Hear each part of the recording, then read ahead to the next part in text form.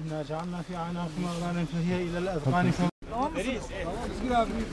Biraz. Hazır mısınız? Evet.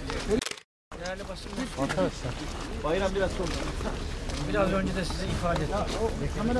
Buraya giriş amaçlarımızdan bir tanesi bu yüreği yanmış evlatlarını, kardeşlerini kaybetmiş Namık abi bir ay sen. acılı vatandaşlarımızın acılarını paylaşmak, taziyede bulunmak. Öncelikle bu görevimizi yaptık. Hem erkeklerle hem kadınlarla ayrı ayrı görüşmeye bulunduk. Onun dışında ikinci amacımız olan bu olayın aydınlanması ile ilgili olarak olayı yaşayan, bizzat bu gece orada bulunan ve mazot almak için, şeker ve diğer takım malzeme almak için Gülyazı'dan, Orta Su'dan ayrılıp sınırın karşı tarafına geçerek dönüşte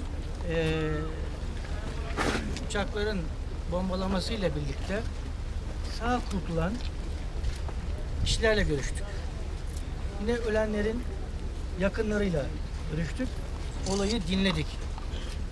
Birinci aşamasını bu şekilde görevimizin gerçekleştirmiş olduk. Bundan sonra yapacağımız iş hayatlarını kaybedenler mezarların başına gidip orada bir Fatiha okumak. Ayrıca da aşağıda yine Ortasu köyünden yollar var, patikalar var. Patikalardan çıkılmış katırlarla. Oraya olay mahallini görüp ondan sonra Şırnak'a gideceğiz. İncelerimizin ikinci bölümü de Şırnak'ta devam ediyor.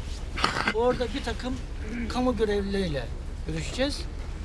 O kamu görevlileriyle görüştükten sonra inşallah artık Ankara'ya döneceğiz. Tabii çalışmalarımız bununla sınırlı değil.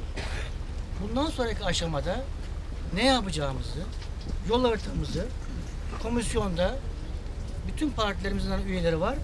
Birlikte karar vereceğiz. Bu olayın aydınlanmasını herkes kadar biz de istiyoruz, arzu ediyoruz.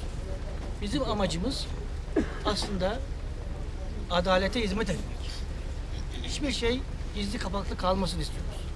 Görüyorsunuz, 50 yıl önce olan olay dahi ortaya çıkıyor. Dolayısıyla 50 gün önce olan olay da ortaya çıkacaktır, aydınlanacaktır.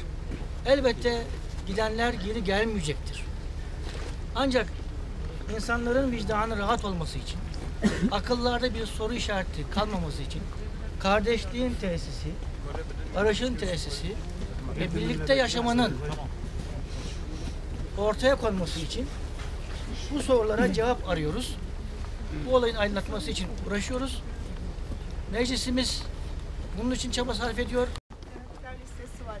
Birincisi efendim tazminatların daha çok faillerin ortaya çıkmasını istiyorlar. İkincisi olarak da bu yapılan işi kaçakçılık olarak görmedikleri, yıllardan beri yapıldığını, burada ekonomik başka imkanları bulunmadığını söylüyorlar. Dikkat ederseniz zaten vefat eden 34 kişide ailenin büyük çocuğu, okuyan çocuklar bir harçlık çıkarmak için bu kaçakçılık konusu nasıl gündeme gelecek, onu nasıl formüle edeceksiniz? Şimdi tabii bizim dediğim gibi bir amacımız bu olayı aydınlatmak. Bir hedefimiz de bundan sonra böyle bir olayın gerçekleşmemesi için tedbirler almak.